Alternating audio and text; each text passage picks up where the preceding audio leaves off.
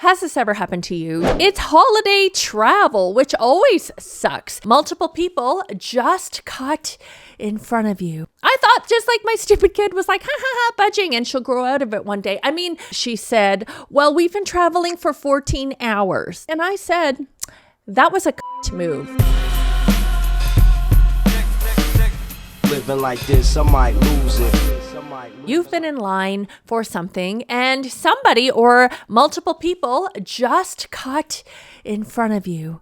Worst of all, it happens when you're boarding an airplane. Oh, this happened to me and my family in December when we went back to Toronto, where my husband and I are both from, and we went to visit family. It is convenient that our family is in the same city because on years where we visit, we can see everybody, and on years when we don't visit, we can avoid everybody.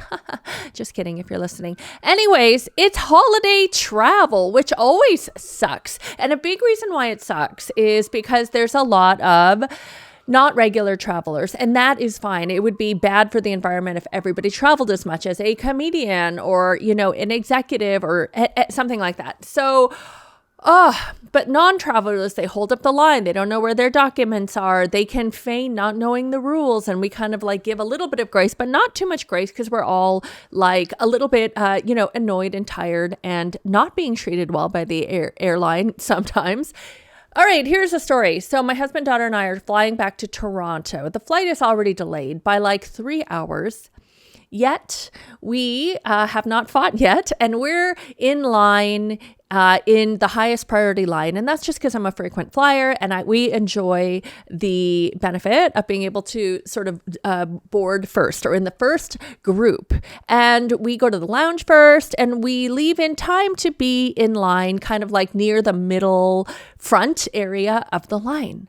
They call our zone. We get to the front and don't I see 3 people standing off to the side, just waiting for the right moment to sort of merge in. This is not traffic in a lane where the lane ends. This is not some sort of known convention. They are overtly butting in line. Okay. And as my daughter says, they were budging the line. I have to take a moment to say something.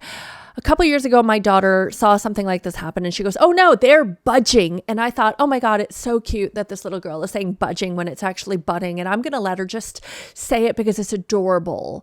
And then before this podcast, I researched it and I realized like today, years old, when I found out that the word is actually budging. Did you know this? I didn't know this. I thought just like my stupid kid was like, ha ha ha, budging, and she'll grow out of it one day. I mean, from the same person who brought me the term sandwich or neck flakes. That's what she calls Netflix, neck flakes. So I thought when she was saying budging, she was like confusing with like a budgie or something else like budging something out of the way. But indeed, the term is they were budging the line. I am just starting off with a little bit of humility to let you know that as a grown adult, I didn't know the right word for the transgression that I'm about to talk to you about. Most people in this situation wouldn't say anything. They might not even notice. They might let out a passive aggressive look or side eye or say something under their breath. I don't do that. I do something like what I actually did, which was to say, oh, were you in line this whole time or did you decide to join from the side? I said something like that. And I think they were surprised to be acknowledged because I think they were just expecting to get away with it. I mean, there are probably people who did it multiple times. I have pictures of them. I'll show you. I'll probably disguise it. Like I don't want, to disproportionately embarrass them or whatever, but it is a shitty thing to do. All 3 of them, who my husband was convinced are together. I mean, they could have been a family and they were walking kind of closely together. I called them out. And none of the 3 of them were shamed. None of the 3 of them. In fact, the woman said this. She said, well, we've been traveling for 14 hours. That was her reason for butting in front of 30 people. I said, no, you were not here. Go to the back of the line. And then another man who was with them, a younger man, possibly their son, said, there's no room back there, which is total bullshit. Of course there's room back there. There's no comfortable room, but we're not supposed to be comfortable. This is holiday travel. They just didn't want to inconvenience themselves and go to the back. And the third person, the man, the older man, said in a way where he was like holding court and diffusing as if it was up to him to resolve this dispute, which he was a party to. He said, we're all getting on the plane.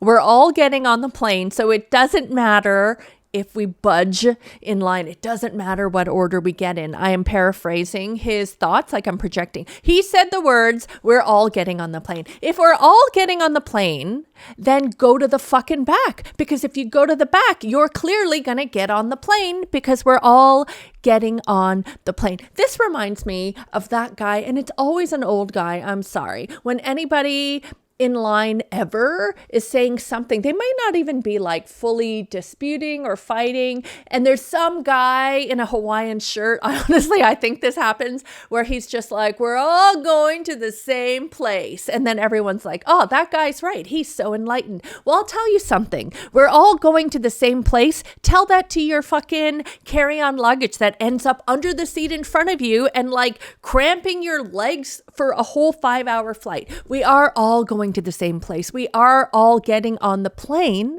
but we don't all deserve to board first if we haven't been in line, and we don't deserve to have lower priority luggage because someone who budged in line used all the overhead space. None of them left the line. None of them acknowledged that what they were doing was wrong, and none of them tried to make amends. They didn't leave and go to the back of the line, and nobody from Air Canada was helping either. No other passenger said anything, and I don't want to make it sound like I was making a giant stink about it. I didn't turn around and say, hey, everybody, these 3 fucking assholes think they're better than everybody else, and they just stood on the side. I will tell you, I had a little bit of remorse as I sat on the plane later, and because I thought maybe I should do that. And then I realized, oh God, I'm not doing that, especially in front of my child. And like, all I wanted to do was make a point to these people and like have them leave, but they didn't leave. They just kept fucking going. They boarded in front of me and in front of the 30 other people in zone 1. And the only person who tried to like make amends in any way was the young guy. He turned to me and he goes, you can go in front of me if you want.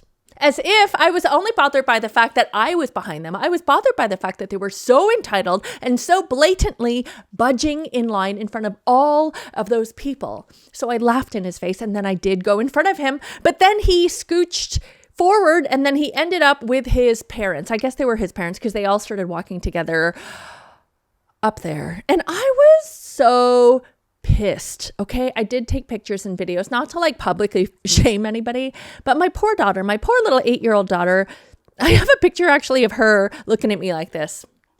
As in, oh my God, mom is going off again. And it's not that I go off randomly and for no reason. I am angry at injustice. And if my daughter grows up being somebody who doesn't stomach or injustices similarly, then I think I will be proud, because we cannot let people like this win. Oh my God, they suck so much. So anyways, they're in the sort of like, what do you call it? The bridge in front of us. And the 2 adults go into business class, and the other guy, the son, goes into regular class or economy. And I also sat in economy. My husband and daughter actually sat in business class because we got 2 upgrades.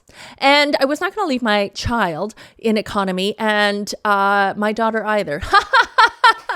Sorry, that was spontaneous, even though it sounded like a very cheesy dad joke. My husband does not fly as much as I do. Neither does my child. I enjoy business class upgrades like all the time, so I gave them the upgrades. Is the real issue that I was mad that I was going into economy?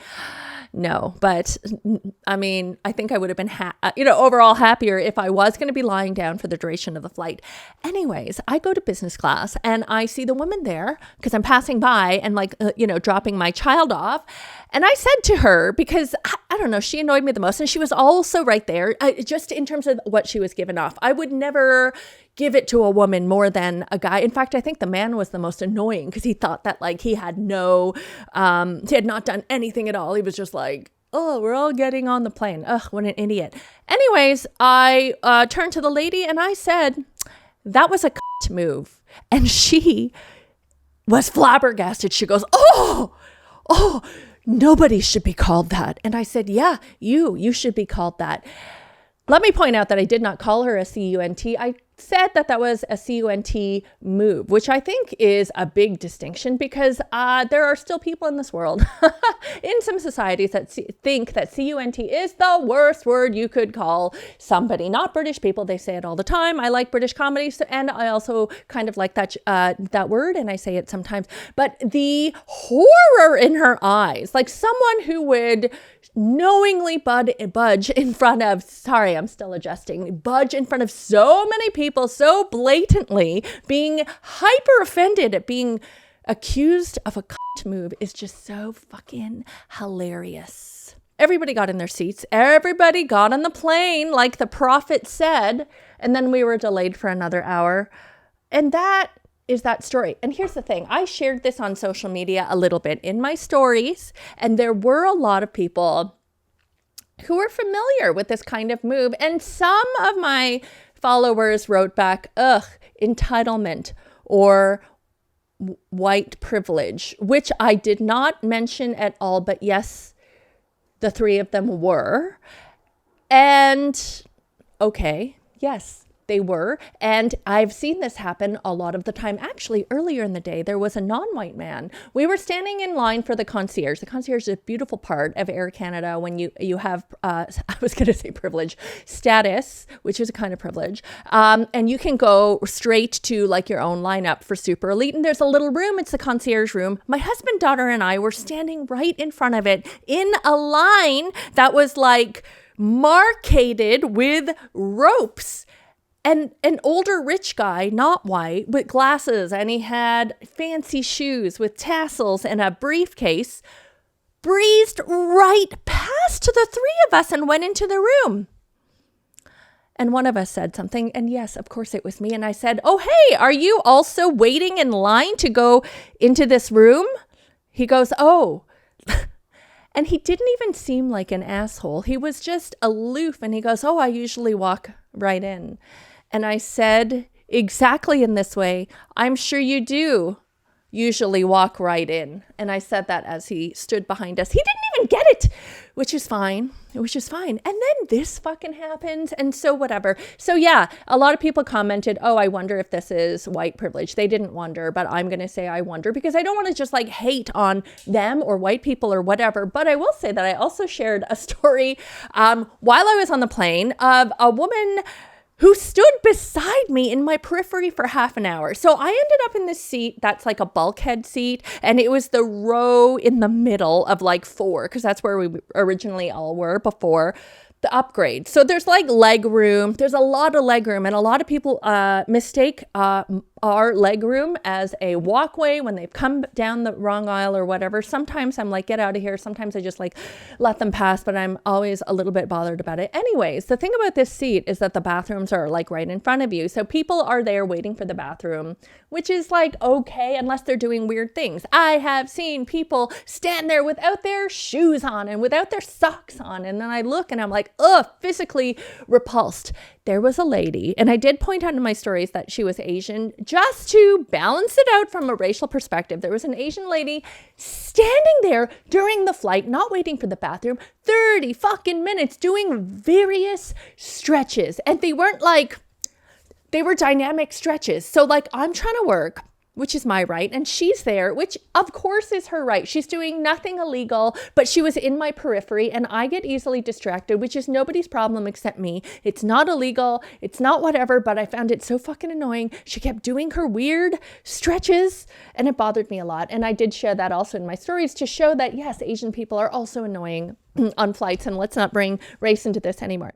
I want to share that I'm actually a pretty good airline passenger. I had seen a man with a very, very small baby walking back and forth, maybe to change the diaper and all that stuff. And I'm not saying I give him extra credit for being a man, because a woman would also do it. And I would have also done this for a mother always with a child. I was in this row where it would be possible to like affix a bassinet there, meaning you wouldn't have to like hold your baby. So I actually asked the airline flight attendant, a parent who's coming back and forth, like I wonder if they would like my seat so they could put their baby in a bassinet. And I confirmed that you could, mid-flight request a bassinet. And I said, I might like see if that parent wants to trade seats with me. Oh, but I did say this. I said, they're not in a middle seat, are they? So it's like trying to be a nice person, but I also did not fucking want a middle seat. Anyways, I did offer the seat to the parent, who said, oh, thank you so much, but we're okay the way they are. So I just like wanted to share.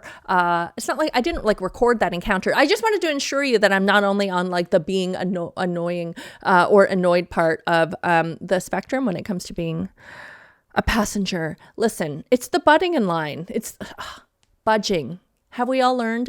Am I the only one that didn't know? It was the budging in line that bothered me for sure. This is a particular kind of entitlement that happens in these spaces where maybe more privileged people are, because people who are in these higher tier zones often have higher status, or they've paid more, or they're business class. Do they act differently than normal people? Yes, they do. They fucking act differently from other people. Have I done this? I've done this one time. I have. I did it one time. I think it was a few years ago. There's no excuse. Like there's a reason, and I don't even know, like, I think I was just tired or something, and I should never have done it. And I'm like fully admitting it. It wasn't something that I'm proud of. I don't think I'll ever do it again, because sometimes I travel and 1 in 500 people will recognize me, and I really just don't need that on my record. But also it's wrong. It's wrong. And if I'm going to get angry if somebody else does it, I also cannot do it. And I hated it so much, and I hated these fucking people. Who is at fault here? I mean, of course, these entitled fucking people. It would also help if there was like organized lines, right? Because sometimes there's like a rope that sections off the different zones, but they're like 4 feet long. And then after that, it's total chaos, and there's total room for like people to come in. There's no attendant there making sure people stand in line. And in polite Canada, we do not call people out. Usually I do, which is why I have enough episodes to fill a few seasons. But also, airplanes right now are just cesspools of bad behavior. Have you seen a TikTok? Have you seen viral videos about people throwing things and being rude and threatening to unalive and grape flight attendants? It's like so bizarre what you see out there. I'm not used to seeing this that much in North America, especially in Canada, but with the decreasing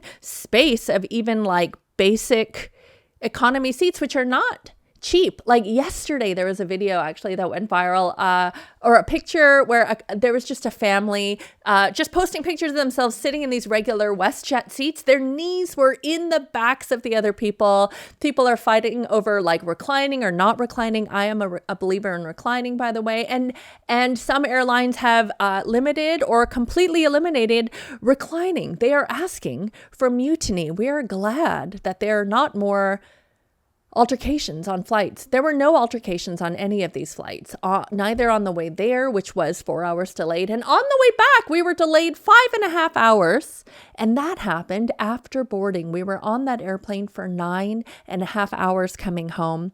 Not a single yell, not a fight, nothing that we experienced or heard anywhere. God bless Canada, honestly, except these people. And I don't even know if they're Canadian. I hope they're not. I doubt they are. I wonder if you know them, let me know. No, I'm just kidding. I'm going to cover their faces. Fuck these people. But to the rest of you, Happy New Year. Thank you so much for listening to this week's episode of Bothered. I've got a bunch of shows coming up. Like I said, I'm not going to list them off again. It's juliekimcomedy.com/shows. By the way, it's not because I didn't want to make the effort. It's because I didn't want to make you wait while I listed out these cities that statistically you're probably not living in. And anyways, I could have done it in the same amount of time. I'm so grateful to be back here in a new year. I have a big year planned. Thank you for being with me. Write me anytime at bothered@juliekimcomedy.com. Like, subscribe, follow, and please share this podcast and spread the botheredness, I guess. We'll see you next week. Living like this, I might lose it.